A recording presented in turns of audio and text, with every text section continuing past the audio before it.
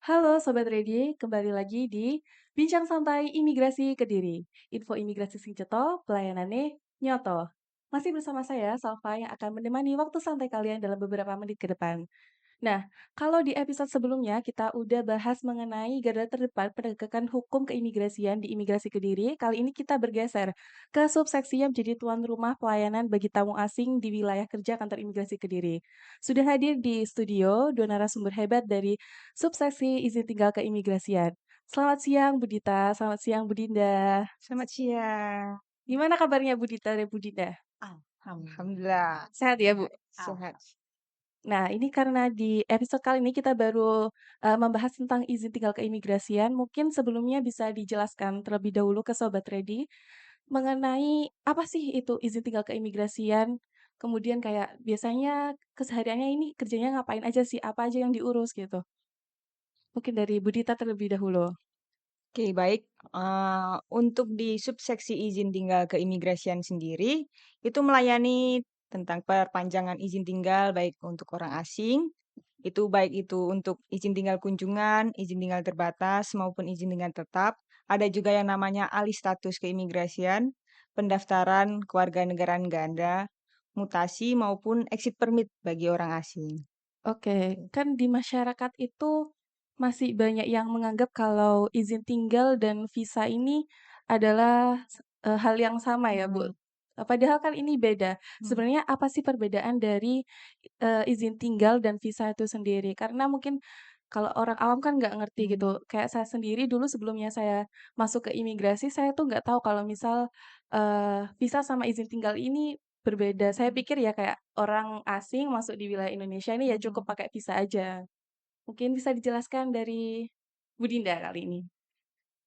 Baik, memang itu memang permasalahan yang sering kita jumpai di loket pelayanan ya. Mhm, Eee, Mereka bilang, "Saya mau perpanjang visa," padahal mhm. maksudnya itu kalau menurut sesuai peraturan kita itu adalah perpanjangan izin Izin tinggal. Jadi tinggal. bedanya visa dan izin tinggal, visa itu izin masuk warga negara asing terhadap suatu negara. Sedangkan izin tinggal itu adalah izin yang diberikan oleh otoritas negara tersebut kepada warga negara asing yang akan tinggal di tempat itu. Gitu. Jadi Oke. bedanya kalau visa itu sebelum WNA-nya masuk, kalau izin tinggal kalau dia sudah ada di lingkungannya negara tersebut. Nah, ibaratnya kalau misal kita ke suatu tempat wisata gitu ya, Bu, visa ini termasuk tiket masuknya. Terus kalau izin tinggal ini kayak berapa lama sih durasinya dia bisa main di wahana itu, kayak gitu kan, Bu? Oke, kalau ngomongin soal legalitas, kan aturannya setiap orang asing yang berada di Indonesia itu wajib memiliki izin tinggal. Nah, apakah aturan itu berlaku untuk, eee, semua kalangan dari mungkin dari bayi sampai lansia atau ada beberapa kondisi yang bisa membebaskan tentang izin tinggal itu? Jadi pada dasarnya konsepnya setiap, eee, warga negara meskipun dia baru berumur 1 hari, itu wajib memiliki dokumen perjalanan. Mhm, Nah, dalam dokumen perjalanan itu kalau dalam hari ini warga negara asing, itu dia harus disertai dengan izin tinggal. Nah, kalau yang dimaksud sama Mbak Salva ini tadi mungkin maksudnya gini ya, kalau ada anak dari WNA mhm, lahir di Indonesia, iya. apakah dia langsung harus wajib punya izin tinggal? Wajib memiliki izin tinggal, tapi kita memberikan rentang waktu. Dalam jangka waktu 60 hari, penjamin yang sama dengan si orang tuanya ini tadi, wajib mendaftarkan ke kantor imigrasi yang dinamakan lapor lahir. Kalau sudah punya lapor lahir, baru dia bisa kita berikan izin tinggal sesuai dengan izin tinggal yang dipunyai oleh orang tuanya. Kalau orang tuanya itu pemegang izin tinggal kunjungan, ya dia akan mendapatkan izin tinggal kunjungan atau izin tinggal terbatas sesuai punya orang tuanya itu tadi dengan masa berlaku yang sama juga dengan orang tuanya. Kalau WNA-WNA yang kita dalam hal ini negara Indonesia bebaskan untuk tidak memiliki izin tinggal, itu Mhm. adalah WNA yang sedang dalam masa proses hukum. Mulai dari penyidikan, penahanan, dan lain sebagainya itu dibebaskan dalam memiliki izin Izin tinggal. tinggal. Atau dia korban tindak pidana perdagangan orang, atau dia adalah tahanan dari rumah detensi imigrasi yang sedang mendapatkan izin keluar Hmm. dari rumah detensi imigrasi gitu. Jadi bahkan orang sakit pun yang dalam kondisi istilahnya terpaksa untuk tinggal di sini, itu bukan kemudian serta-merta dibebaskan, nggak usah pakai izin tinggal. Hmm. Kita tetap memberikan kemudahan, tapi dia juga tetap harus punya izin tinggal yang kita namakan izin tinggal dalam keadaan terpaksa, gitu. Oke, ternyata semua detail banget ya, Bu. Bahkan bayi yang baru lahir pun status keimigrasiannya sudah harus tercatat di negara kita. Mhm. Oke, kalau tadi Bu Dita sudah Mhm. menyinggung tentang izin tinggal, kan tadi Mhm. ada 3 ya, Bu? Mhm. Izin tinggal kunjungan, izin tinggal apa tadi, terbatas, dan izin Mhm. tinggal tetap. Kalau di wilayah kerjanya kantor imigrasi Kediri sendiri, dari 3 izin tinggal ini tadi, Bu, mana sih yang paling banyak di apa namanya, di-apply sama warga negara asing? Kalau di wilayah kerja kantor imigrasi Kediri ini sendiri sebenarnya untuk izin tinggalnya ya so-so lah 11, 12 untuk ITK, ITAS maupun ITAP. Untuk ITK di sini juga banyak yang melakukan kursus singkat, khususnya di wilayah Kediri kan ada Kampung Inggris di Pare. Hmm. Mereka banyak juga yang mengajukan kursus singkat di sana. Atau melakukan uji coba kerja, mungkin di wilayah pabrik di sekitar Kabupaten Jombang, seperti itu. Untuk izin tinggal terbatas sendiri, mungkin bisa dialih statuskan dari ITK itu kalau memang dari kursus singkat atau, uji coba kerja ingin nantinya mendapatkan izin tinggal terbatas untuk dalam rangka bekerja. Nah, itu juga lumayan kalau di wilayah kerja kantor imigrasi Kediri. Ada juga namanya izin tinggal tetap. Di sini juga lumayan juga, mungkin tapi kebanyakan dari penyatuan keluarga yang istri atau suaminya itu adalah WNI. Oke. Lebih seperti itu. Kalau, dari itu tadi, ada nggak sih kayak misal pelajar ataupun santri, kan kayak di sini kan banyak pondok pesantren, kemudian atau mungkin dari perkawinan campuran tuh banyak nggak sih, Bu? Banyak juga. Mungkin Mbak Dinda bisa menjelaskan? Banyak juga, banyak. Karena, wilayah kerja kantor imigrasi Kediri itu kan ada Kabupaten Kediri, Kota Kediri, Kabupaten Nganjuk, sama Kabupaten Jombang. Yang mana kita tahu juga nih kalau di Kota Kediri aja ada pondok gede tuh, Mhm. Lirboyo. Iya. Terus habis itu di kabupaten ada Ploso, ada Gontor, Mhm. ada lagi di kota itu Wali Barokah, itu juga banyak juga, peziarahnya. Jadi pengunjungnya, santrinya itu juga banyak. Terus kemudian di Jombang itu juga ada Tebu Ireng. Jadi memang berpotensi sekali wilayah kerja kita ini untuk warga negara asing tuh mengunjungi. Kalau untuk penyatuan keluarga rata. Jadi Rata. di Mhm. setiap kota kabupaten itu pasti ada dan lumayan ada juga apa ya, nggak cuman ada sih, cuman banyak sih. Ternyata, penyebaran ini, apanya, profilnya itu berarti sangat dinamis ya, mengikuti keunikan wilayah masing-masing gitu. Betul. Terus kalau menyambung soal perkawinan campuran atau Mhm. penyatuan keluarga itu tadi, itu kan banyak sekali sobat ready ini yang mungkin, bertanya-tanya, kan anak hasil perkawinan campuran ini kan biasanya memiliki status kewarganegaraan Mhm. ganda. Nah, itu status keimigrasiannya di Indonesia sendiri gimana, Bu, untuk anaknya ini? Kemudian di usia berapa, anak berkewarganegaraan ganda ini bisa menentukan pilihannya mau ikut kewarganegaraan yang mana gitu, mau di Indonesia atau mungkin yang di negara lain gitu? Jadi soal kewarganegaraan itu kan prinsipnya di hukum Indonesia itu kita menganut di Undang-Undang Nomor 12 Tahun 2006. Hmm. Jadi di pasal 4 dan 5 itu disebutkan siapa saja nih yang berhak jadi WNI. Nah, jadi anak-anak yang memenuhi kriteria tersebut itu kita anggap sebagai WNI.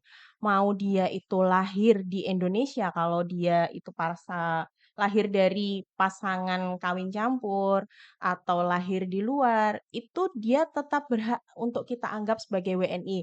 Namun dengan tahap-tahap dan dokumen persyaratan yang harus dipenuhi. Kalau tadi Mbak Salva bertanya mengenai kapan sih batas usia mereka itu untuk memilih Iya. kewarganegaraan gitu. Mereka itu diberikan batas sampai usia 18 tahun. Jadi mulai dari mereka lahir sampai usia 18 tahun, itu kita bisa menganggap mereka WNI. Meskipun mereka juga pegang paspor asing nih. Hmm. Tapi setelah usia 18, maksimal di usia 21, itu harus sudah memilih kewarganegaraannya. Mau WNI kah atau WNA kah gitu. Jadi kalau ditanya, kapan berarti saya bisa mendaftarkan kewarganegaraan ganda anak saya? Maksimal sebelum usia 18. Karena kalau sudah usia 18, itu sudah masuk ke usia memilih, udah nggak bisa lagi daftar, Hmm. gitu. Kalau Mbak Salva pernah mengikuti ini nih, kontennya Kemenkum, dan itu memang terjadi di kantor kita, yang sedang mereka jadikan bahasan. Ada seorang anak, Hmm. dia lahir sebelum Undang-Undang Kewarganegaraan kita, sebelum 2006. Terus kemudian dia lahir di sini dari seorang bapak WNA, ibu WNI, dia bikin paspor.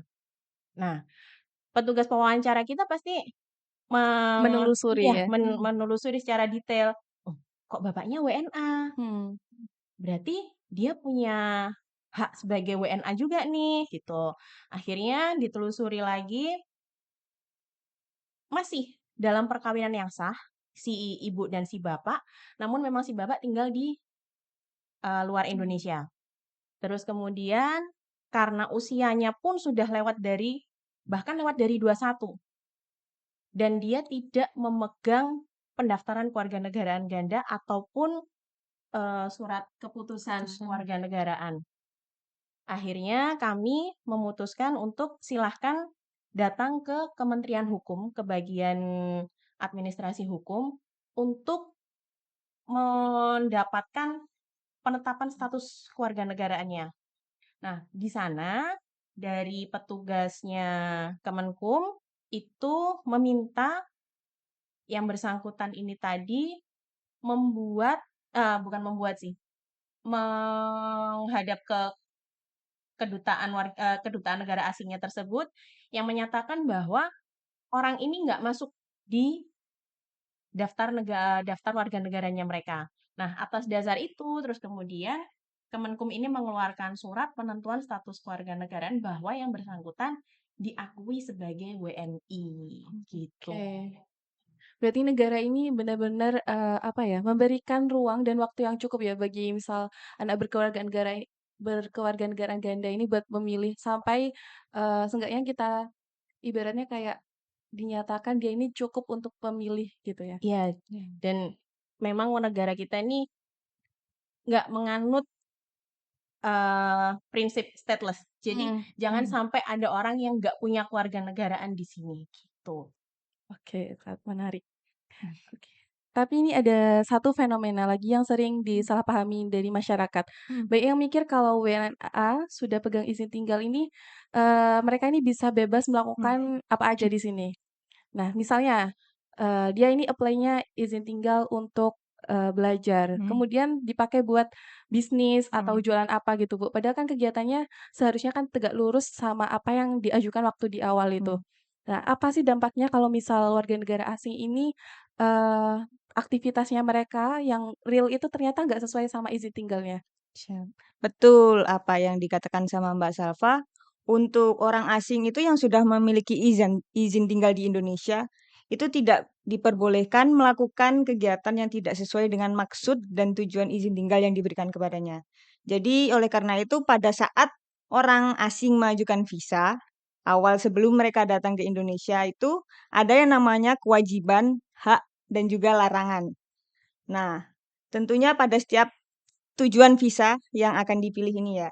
Jadi yang pertama itu kewajiban, yang tentunya pasti orang asing itu memiliki kewajiban untuk mematuhi dan menaati peraturan perundang-undangan yang ada di Indonesia. Hmm. Dan juga tentunya menghormati budaya dan juga adat istiadat yang ada di wilayah Indonesia itu sendiri.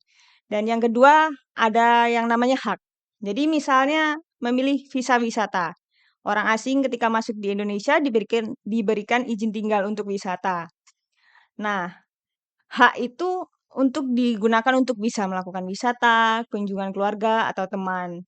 Nah, begitu juga sama pendidikan maupun bekerja dan juga lain sebagainya.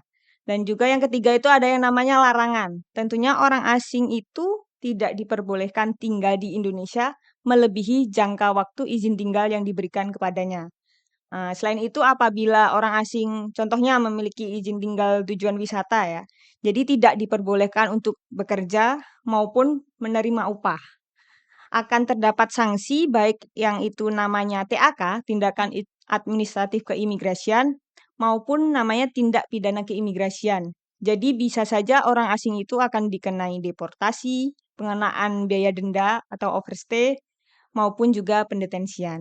Kurang lebih seperti Oke, itu. berarti intinya kalau misal mau wisata ya wisata aja, kalau Mhm. mau kerja ya kerja aja, karena aturan kita juga nggak main-main ya Bu soal Iya, ini. betul. Oke, berkaitan dengan perubahan aktivitas Mhm, atau status WNA selama di Indonesia. Tadi kan dari Bu Dita sudah menyinggung sedikit tentang mhm, alih status. Nah, kayak kedengarannya tuh menarik. Apa sih sebenarnya alih status itu? Boleh dijelaskan dengan mungkin bahasa yang singkat gitu? mhm, Alih status. Jadi, kalau tadi sebelumnya kita mhm, mengenal ITK, mhm, Mhm. ITAS, ITAP gitu kan. Alih status ini bahasa sederhananya nih level up. Jadi Oke, peningkatan derajat mhm, nih. kayak Kalau upgrade gitu ya Bu? iya mhm, betul. Jadi kalau yang sebelumnya pegangnya ITK, kalau di ITK tuh jangka waktu tinggalnya lebih singkat, kegiatannya pun juga harus sesuai dengan visanya lebih terbatas. Meskipun kalau yang namanya ITAS pun juga tetap harus sesuai dengan ininya, kategorinya gitu. Jadi kalau mau mengajukan ITK, sorry, ITAS yang sebelumnya dia ITK. Jadi banyak nih kasus eh, orang-orang ini datang ke Indonesia dengan visa kunjungan. Terus kemudian mereka ngurus perkawinan di sini, kemudian mereka alih status menjadi ITAS supaya bisa tinggal lebih lama di sini. Karena kalau ITAS itu kan sudah include dengan re-entry permit-nya. Hmm. Nah, kalau ITK itu yang sering digunakan sama WNA itu yang single entry aja, meskipun kita juga ada yang izin tinggal kunjungan dari visa beberapa kali perjalanan. Itu ada multiple entry-nya. Terus kemudian alih status dari ITAS ke ITAP. Itu lebih lama lagi masa tinggalnya. Kalau yang ITAS sebelumnya hanya 1 tahun atau 2 tahun, ITAP itu bisa ke 5 tahun gitu. Dan hmm, apa ya? Ada beberapa hal yang memang diminati sama WNA kenapa mau pegang ITAP, karena kalau sudah pegang ITAP, dari Dispenduk Capil sendiri itu bisa memasukkan nama mereka ke dalam KK Hmm. si WNI ini Iya. tadi, dan WNA ini juga boleh pegang yang namanya KTP WNA, tuh. Ada syarat khususnya nggak sih Bu buat alih status ini tadi? Kalau alih status itu kalau untuk ke IPAS ya, yang jelas kalau penyatuan keluarga harus sudah mempunyai dokumen perkawinan yang sah. Kalau mau bekerja sebagai TKA itu harus ada dokumen rekomendasi dari Kemnakernya. Kalau dia mau di sini belajar mengikuti pendidikan formal itu pun juga harus ada rekomendasi dari instansi atau lembaga pemerintahan terkait gitu. Oke, jadi kasarnya statusnya ini bisa di-upgrade atau dialihkan asal memenuhi syarat gitu ya, Kak? Iya, Dan emang kayak jalurnya ini udah pas gitu, gak ganti sesuka hati gitu ya, Bu? betul. Oke, sekarang mungkin kita geser ke cerita di balik loket nih ya. Kan kita tahu sendiri mungkin dari Bu Dita yang sebagai kepala subseksi izin tinggal keimigrasian dan mungkin dari Bu Dinda yang emang sehari-harinya ini ada di loket izin tinggal, kan pasti banyak sekali melayani warga asing dari berbagai belahan dunia gitu ya. Kan pasti karakternya beda, bahasanya beda, kemudian kayak budayanya tuh juga beda, Bu. Jujur ya, Bu, selama ada di loket izin tinggal, ada nggak sih, Bu, cerita-cerita menarik atau yang mungkin kayak unik gitulah. Lika-likunya apa sih di loket izin tinggal itu? Yang suka jadi saya ini tuh sering tuh menyelesaikan permasalahan, ya memang kita pelayanan ya, jadi memang harus kita memberikan solusi. Cuman kadang itu saking mereka nih buta nih sama cinta. Mhm. Nah, jadi datang ke kantor imigrasi dengan overstay yang sudah lewat dari 60 hari, kita jelasin, dia nggak mau bayar, nggak mau dipulangin, alasannya saya tinggal dengan istri saya atas nama cinta. Ampun. Berarti kayak apa ya, Bu, Iya. imigrasi ini bukan mengurusi paspor, izin tinggal, bahkan kasus percintaan ini kita juga Iya, menangani gitu ya, Bu. Spesialis cinta dan Hmm. drama-drama gitu, drama Indosiar gitulah. banget. Ada lagi datang sudah overstay, sebenarnya waktu itu dia overstay belum ya? Tapi dia memang izin tinggalnya sudah nggak bisa diperpanjang lagi. Kayak Mhm. seperti visa on arrival. Itu kan hanya dapat 30 hari dan hanya bisa di-extend sampai 30 harinya kemudian. Jadi total di sini 60 hari. Sedangkan dia di sini bertemulah dengan tambatan hatinya. Kita sampaikan, "Sir, Anda harus pulang nih. Iya. Maksimal stay-nya hanya sampai di sini. Nggak boleh lebih dan ini tidak bisa diperpanjang lagi." Kemudian duduklah dengan sayangnya, terus mereka menangis. Kita jadi petugas bagaimana? Bingung nggak sih? Kita jahat kah menyuruh dia pulang?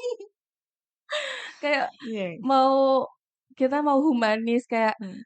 ini ya kasihan kita, tapi kita juga punya aturan kan, Bu. Iya. Kayak di posisi tengah-tengah itu kayak nggak enak Mhm, banget sih. mhm. Oke, itu bener-bener seru kayaknya kalau cerita-cerita di balik loket izin tinggal dan mungkin nggak cuma 2 cerita unik ini, mungkin masih banyak lagi cerita-cerita, tapi kayaknya sudah nggak cukup ya, Bu, kalau misal kita ceritain di sini Nah, semua, karena udah nggak kerasa kita udah ngobrol selama beberapa menit ini. Oke, dari obrolan kita ini, saya jadi makin paham tentang regulasi izin tinggal yang ada di imigrasi Kediri ini ternyata sangat tertib, rapi, dan humanis.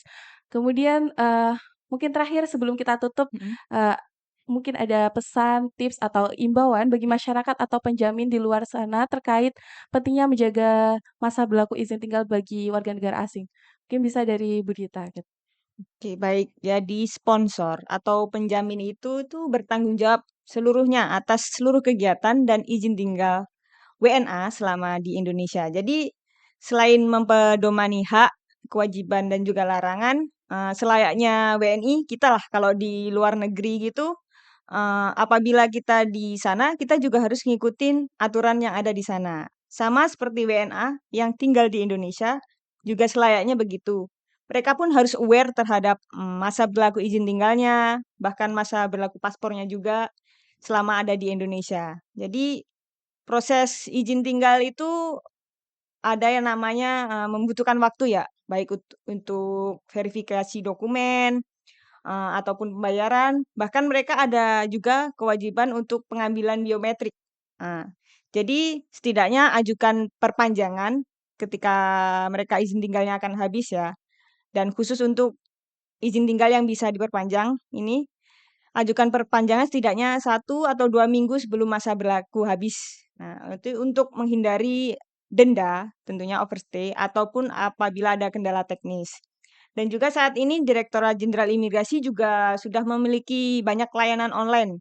Bahkan untuk perpanjangan pengajuan izin tinggal itu pun melewati online lewat evisa.imigrasi.go.id yang prosesnya kini jauh lebih transparan ya, mudah diakses juga dan juga kita apabila orang asing ada keluhan atau ingin tanya-tanya terkait izin tinggal, kita juga sediakan untuk CS, customer service, melalui WhatsApp, bisa hubungin kita ataupun bisa kunjungin kita juga langsung ke kantor imigrasi apabila membutuhkan informasi-informasi tentang izin tinggal keimigrasian bagi orang asing. Jadi kurang lebih seperti itu. Oke, siap. Oke. Bisa dicatat ya untuk Sobat Mhm, Ready pesan dari Bu Dita tadi. Saya ucapkan terima mhm, kasih banyak kepada Bu Dita dan Bu mhm. Dinda sudah mau berbagi sedikit informasi terkait izin tinggal keimigrasian. Oke, buat Sobat Ready yang nggak mau ketinggalan info keimigrasian lainnya, bisa terus pantau akun media sosial kami, baik itu di X, Instagram, TikTok, Facebook, maupun YouTube Kantor Imigrasi Kelas 2 Nantepi Kediri. Saya, Salva, pamit undur diri. Sampai jumpa di Bincang Santai episode selanjutnya. Imigrasi untuk rakyat.